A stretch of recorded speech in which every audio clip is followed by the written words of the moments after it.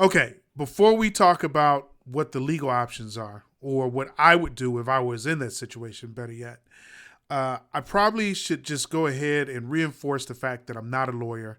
I have no special legal training. I don't have any certificates by any organizations that qualifies me to talk about law. People who typically come to my channel, they know this, but I just feel the need to reiterate it, just so that, everyone's clear, right? Now, with that said, before I would probably pursue a claim for deprivation of rights under the color of law in federal court, I would probably first consider some of the other options that are in front of me, right? And one possibility, and I know this is something that Stephanie probably wouldn't want to hear as a mother, and this is probably something that, her boyfriend Scott probably wouldn't want to hear, as a boyfriend, right? But one of the things that I would possibly try to consider, or I probably should consider, is that my kids could possibly be better off for the time being, right, with the parents of my ex's father. And the reason I say this is because, from what I understand about this story, Stephanie, because of this altercation with her roommates, she's ended up in the situation where she is actually looking for a new apartment. She may have a new apartment by now, but it sounds like she's kind of in a state of limbo because of this altercation, right? And because of that, the children may need a stable place at this point, a place where they can, lay their heads and basically not worry about, what they're going to eat in the morning and, worry about whether or not they're going to have clothes, so on and so forth, right? Now, I'm not saying that that would be the case if they were with the mother, Stephanie, because quite frankly, I don't know. I'm just throwing this out there because truly only Stephanie knows, the answer, to that particular question, whether or not, the kids would be better off with the grandparents as opposed to being with her for this moment in time, right? So that's something I would consider if I was in the situation, because like I said, it sounds like they could be in a state of limbo. And if I'm in a state of limbo, I would definitely leave my kids with, my parents or my ex's parents, so on and so forth, right? So, that's definitely one of the things to consider. Now, of course, only Stephanie knows her own particular situation, and she's going to be able to make a judgment call on that. But, obviously, this is something that, any reasonable person would want to consider. So the next thing that I would deal with if I was in this situation is that I would try to go and get a lawyer that would work for me. Now, the reason I say you would want to get a lawyer is because, this is what lawyers do all day, every day. And it's one thing to get a lawyer, and then it's another thing to try to represent yourself. What a lot of people don't realize is that when you go and you try to represent yourself, I'm just going to forget about all the other nonsense that lawyers tell you, when you try to represent yourself. And I'm just going to give you some practical information. From a practical standpoint, it takes a lot of effort and it takes a lot of work to actually represent yourself in court. And it depends on how difficult the challenge before you is. There could be some situations where you just show up to court a few times and, that's it.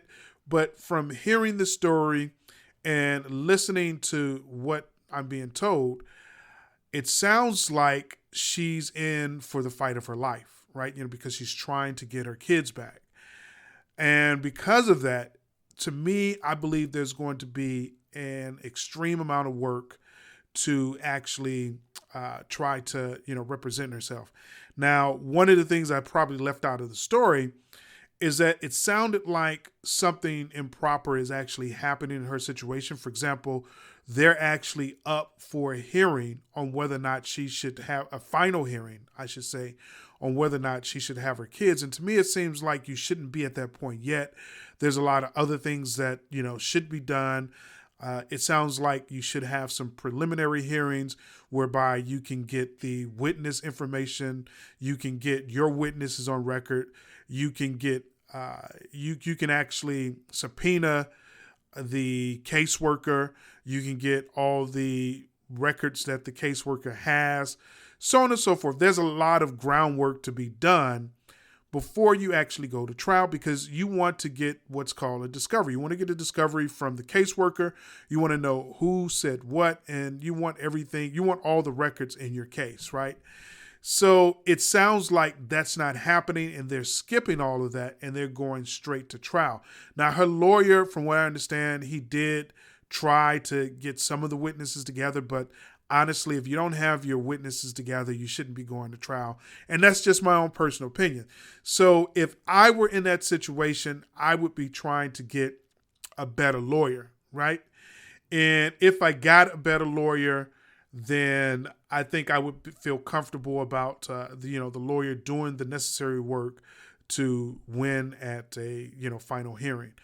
Now, from what I understand, is that the lawyer that they currently have is not actually going to do anything. That's why Scott reached out to me, and that's why Scott is actually, trying to find a way to actually help Stephanie.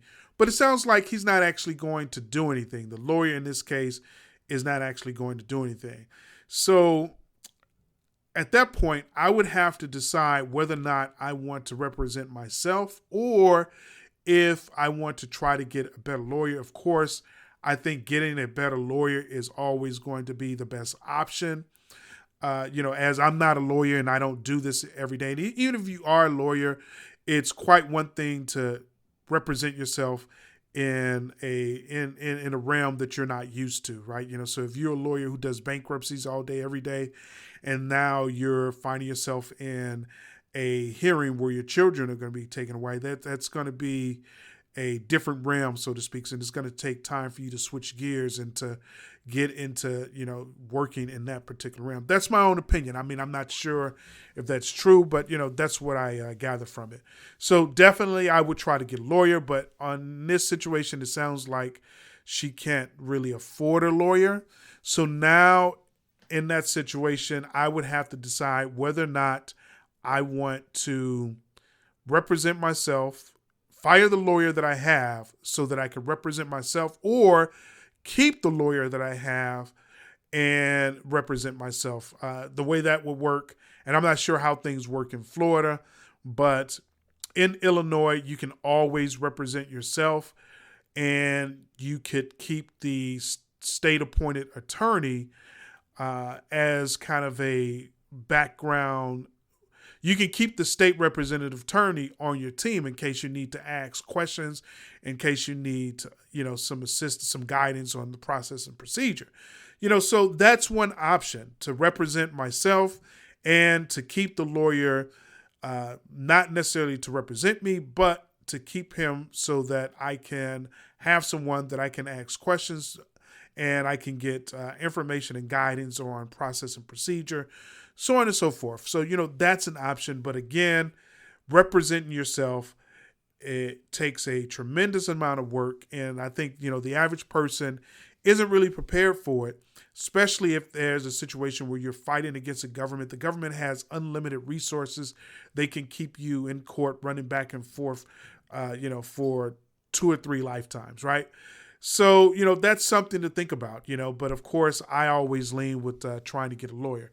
So another thing that struck me, and it just seemed kind of weird, is that they are actually on track to have a trial in April. And again, I think that if I were in that situation, I would need more time. I would need more time to get my ducks in a row before I actually went to a final hearing.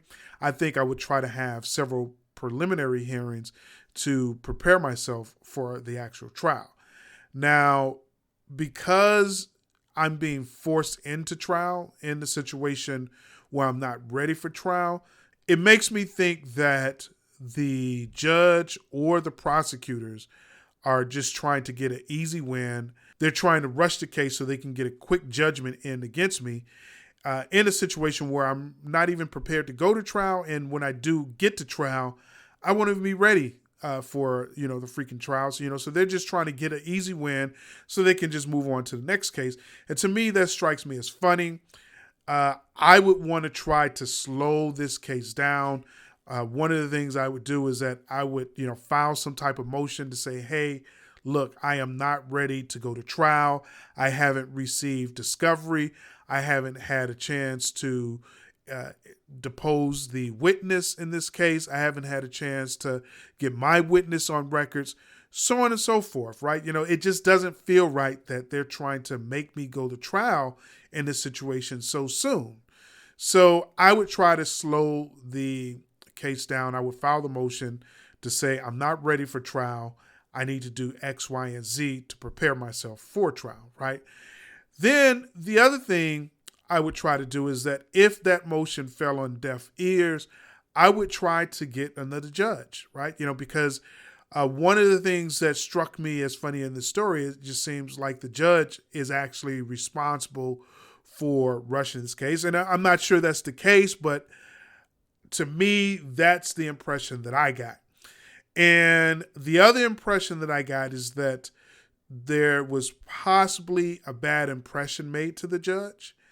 And just by listening to Stephanie tell the story, and it was something about the way the conversation went with the judge that made me feel as if that, maybe Stephanie and the judge don't have a great relationship here. And, the judge is always supposed to be impartial, but sometimes when you go into court, you either say things or do things, or you may not even say or do anything, but, the judge could be biased against you for whatever reason. It could be that, maybe their favorite prosecutor is in court against you, or it could be, that, maybe they don't like, people in your situation. It could be anything, right?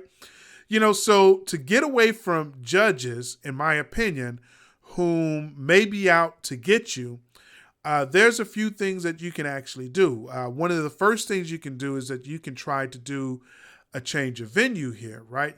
So a change of venue is going to allow you to gracefully get away from the judge.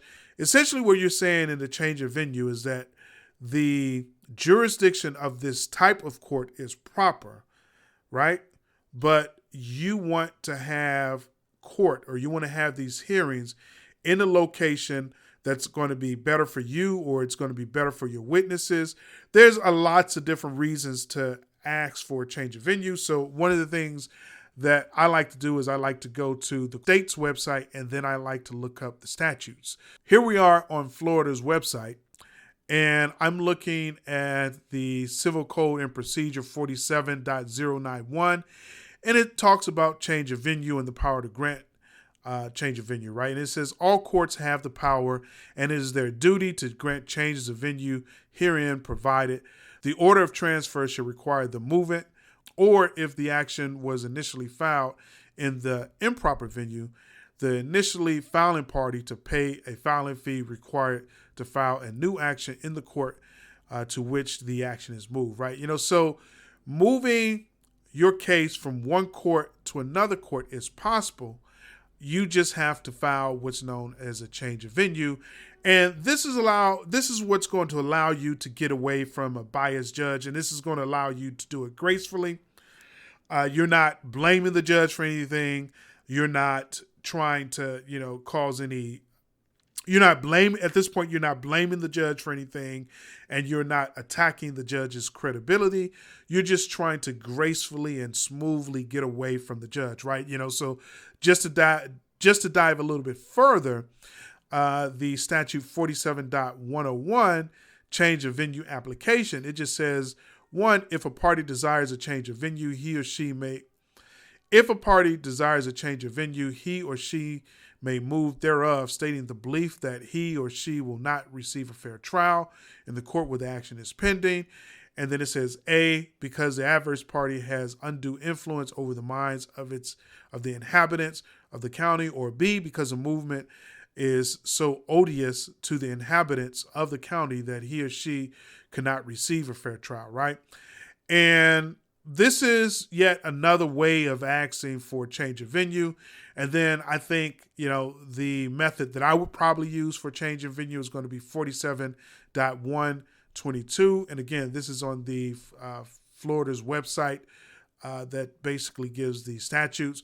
And it goes on to say change of venue, convenience of parties or witness or interest of justice, right? And then it basically explains that for the convenience of the parties or witness or in the interest of justice, any court of record may transfer any civil action to any other court of record in which it might have been brought, right? So essentially what you're doing with this particular statute, in my own personal opinion, is you're saying that, you live in one county and the case is in a different county, and it's going to be better to move the case to the county where you live so that it would be convenient for you to, go back and forth to court.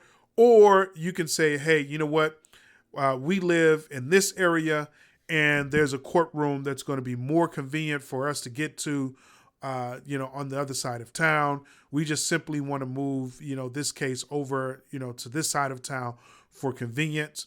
And it's going to be easier for the witness. It's going to be easier for all the parties to, get back and forth to court, so on and so forth, right? So this is a legitimate way to ask to have your case move to a different courtroom. And what this does is that this allows you to possibly get away from a judge whom you may believe is biased at this point, right? So what do you do if the change of venue doesn't work? Well, if the change of venue doesn't work, or the change of venue is denied, then you have to start looking at some aggressive options, right? And in Illinois, we have something called substitution of judges. You get 2 of those. In Florida, they call it a transfer of judge, right? So basically in Florida, it's actually called a disqualification of judge for prejudice, right? So we're looking at the Florida Statute 38.10 under the Civil Code and Procedures, right? And it basically says disqualification of judge for prejudice, application, affidavit, etc. Whenever a party to any action or proceeding makes and files an affidavit stating fear that he or she will not receive a fair trial in court where the suit is pending on account of prejudice of judge of that court against the applicant or in favor of the adverse party, the judge shall proceed no further, but another judge shall be designated in the manner prescribed by the laws of the state for substitution of judge for the trial of cause in which the case presiding judge is disqualified, right? So filing a motion for a disqualification of judge is going to be sort of an aggressive approach where you're filing a motion, you're saying, hey, I don't think I'm going to get a fair trial. I believe this judge is biased. And because this judge is biased, I want to disqualify the judge that I have, and I want to get a new judge, right? So now that's going to be the aggressive approach. One other way you could possibly go about this is that you can ask the judge to disqualify themselves, right? And it's possible for a judge to disqualify themselves because there's another statute, 38.05, disqualification of judge on own motion. And it basically goes on to say any judge may, of his own or her own motion, disqualify him or herself where to the judge's own knowledge any of the grounds for suggestion of disqualification as named in 38.02 exists, right? The failure of a judge to disqualify him or herself under this section shall not be assignable as an error or subject to review, right? So judges can disqualify themselves in a situation where they, believe that it's not proper for them to hear your case. So you could possibly, without filing a motion, just say, hey, you would want to look at 38.02. Let me click on that and see what are the causes. Suggestions for disqualification, grounds, proceedings, or suggestions and effects. So you would look through 38.02 and you would see, I'm not going to go through all this now, in the interest of making this video short, you would look through the reasons judges disqualify themselves, and you would try to find something that closely matches your situation. And you would just say, hey, Judge, I think, you should disqualify yourself, because of reason A, B, C, or D. And of course, all you have to do is look at the statute and it'll tell you reasons why, judges may disqualify themselves, right? And you just have to have a situation that's close to that, and then you can ask, right? Now, what I didn't find, and I didn't really look that hard for, is that I believe there's another statute that you can use in the state of Florida where you can just get a change of judge without cause, right? A disqualification of judge. At least in Illinois, it's called a substitution of judge without cause, meaning that any person can basically get a new judge at least one time around, so long as the judge hasn't heard any major motions in the case. So let's say you go to court and at the day you're in court, you watch the judge and you watch how they run their courtroom, and your case hasn't been called, and you decide based on watching other people go before the judge that you don't like the judge, you want to get rid of them, then you can file what's known as a substitution of judge without cause or by right, and you get one chance to get a new judge in your case, right? And after that, things become a little bit difficult, and then you have to have a legitimate reason, as here.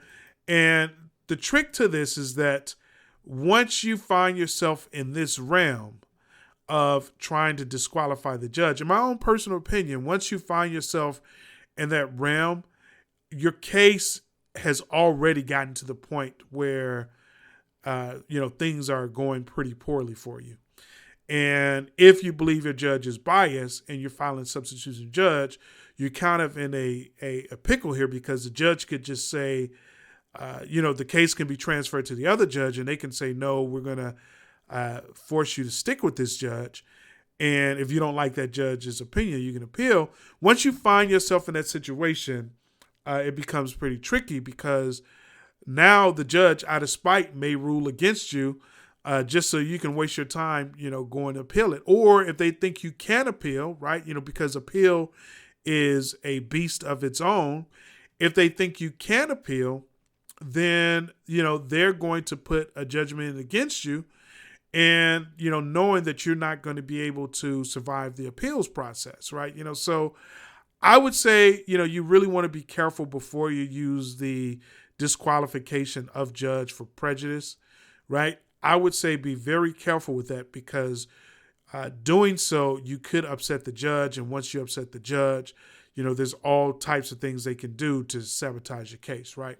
So let's get into it. Finally, we get into talking about the deprivation of rights under the color of law, right? So I am just going to go to the court's website. Well, I'll actually go, so I'll go to United States Federal Court. Let's see. United States Courts, right? And I am going to type in 1983 deprivation of rights under color of law. Okay, so once I type that in, the first thing that pops up is non-prisoner complaint for violation of civil rights. So I click on that, and what I see before me is a complaint form, right? And the form is pretty straightforward. And basically, you fill the form out, and then you can file this form. Now, along with this form, you can also file what's called a informis pauperis. I think that's what it's called. So the informis pauperis is basically a application that you can submit with your complaint that's going to allow your fees to be waived. So in this situation, it sounds like she's in a jam and she may not have the money to file this civil claim, so she can, file is going to waive her filing fees. I think the filing fee is about $400 to file a complaint for a civil rights violation. And one of the things I like about the form is that the form actually will give you the claims, right? So it says under 42 U.S. 1983, you may sue the state or local officials for deprivation of rights, privileges, or immunity secured by the Constitution and federal laws, right? And then it says under Bivens v. 6 unknown named agents of the Federal Bureau of Narcotics and 403 U.S. 388, 1971. Then it gives you some other statutes. Section 1983 allows claims alleging the deprivation of rights and privileges or immunities secured by the Constitution and federal laws. And then it says 42 U.S.C. 1983. I thought it gave you...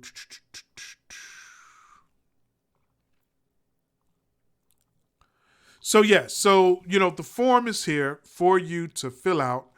And you can basically explain why you believe you're being deprived of your rights. And basically you file it with, the federal court.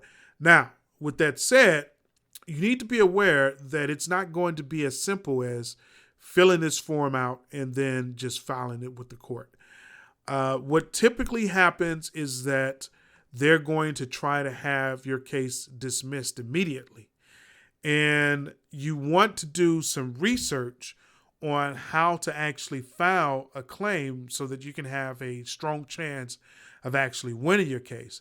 Now, what I like to do is that I actually like to use Westlaw. I'm not going to go into great details about Westlaw in this video, but I did shoot another video of Westlaw and how to get access. I'm going to provide a link for that video right up here up top. So just click the link above and you'll be able to basically get Westlaw access, especially if you're watching this video as of February 22nd, 2021. A lot of law libraries are actually closed, so Westlaw is actually allowing you to use their platform from home, right? So depending on your budget, if you actually have or you can afford or you can get someone else to pay, you might want to just go ahead and get a subscription to Westlaw so that you can actually fight your case. Now, Westlaw isn't paying me any money, for this, but, unfortunately, this is the only tool that I know of. Actually, there's another tool. I think there's something called LexisNexis, but I never use it. I think I used Westlaw in the law library once, and then after I use it, that's all I really knew. I never really even gave LexisNexis a try, right? So Westlaw is going to be important because you need to do two things. You need to do three things with Westlaw. First, you need to be able to look up forms and examples of forms so that you can figure out how to file your claim. And I go through that. If you click the link above, I explain how to find forms in Westlaw for any complaint that you're trying to do. So in this situation, you're trying to do a 1983 claim for deprivation of rights under color of law. You can use Westlaw to find similar forms and you can use those forms to file your claim, right? Or you can just simply use this form. If you're going to simply use this form, you still need to get examples of what other people have done, which is number two. You need examples of how to actually write out your claim. And the best way to do that is to see how other people have written claims for deprivation of rights under color of law and succeeded, right? So Westlaw is going to do two things for you. First, it's going to offer you alternative forms than what you will find on the United States District Court's website. Second, it's going to give you some example complaints or complaints that other people have filed for your particular action. So in this case, deprivation of rights under color of law, you can find that on Westlaw. And again, I'm not going to tell you how to do that. If you want to know how to do that, basically click the link above and then it'll take you to a video that I've done about Westlaw, and you can follow that video in order to basically find briefs, is what it's actually called. You find briefs in Westlaw that are similar to yours so that you can know how to do your brief, right? Or your complaint, right? So finally, or third and finally, the reason why you probably want to use a Westlaw platform is because you're able to do legal research, right? Because like I said, it's not going to be as simple as filing something and being able to, get relief right away. There's going to be a lot of back and forth. There's going to be a fight. They're not just going to roll over and give you money and try to hold people accountable. A lot of times when you're dealing with situations where you're dealing with corrupt government individuals, they know how to cover their tracks. This probably isn't their first radio. They probably do things like this all the time. So you're in for a fight, and you need to know how to prepare yourself for that fight. And the only way to do that is to do legal research. And again, if you look and you click the link above, I have videos that basically shows you how to do legal research in the Westlaw platform. Now, of course, to do legal research, you don't actually need the Westlaw platform to do that. There's other platforms out there available that you're able to do legal research. But to me, it just seems like Westlaw is going to be the better option, because sometimes what happens is that sometimes these cases are outdated, or they become overturned, or, sometimes the information just isn't relevant. Westlaw has a feature that basically shows you what cases are good. Long story dull, right? So that's pretty much it for this video. Please leave your questions and comments below. Please like, share, and subscribe. Let me know what you thought. And thanks for watching.